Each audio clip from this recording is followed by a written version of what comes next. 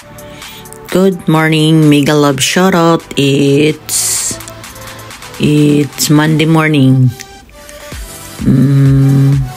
December 11. Today is Daddy's birthday.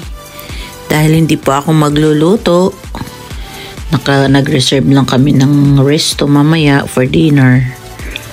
And nautusan akong bumili ng cake na sobrang mahal. Ito pang Christmas namin yan. Mamaya mamimili lang po ako ng mayroon na silang ready na kung anong gusto mo sa Pasko. Ang cute talaga ng mga cake nila dito. Yung halos na hindi mo pwedeng kainin ba. Then sobrang liit. Mahal-mahal.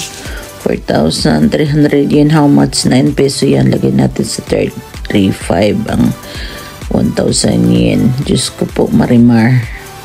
700, 1 to. Mga yan lang, 1 to. My goodness, gali.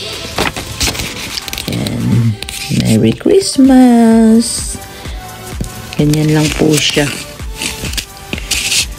And ayaw ng anak ko ng puti, kaya choco or either ito daw ang ano niya kasi may mga flavorings.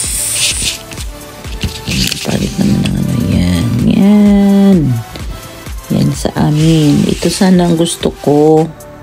Gusto rin niya sana nagbago ang isip. Ito na lang daw kasi iba-ibang flavor. Yan lang po. Christmas is coming. Merry Christmas everyone. Thank you for watching. God bless and keep safe. Mata ne.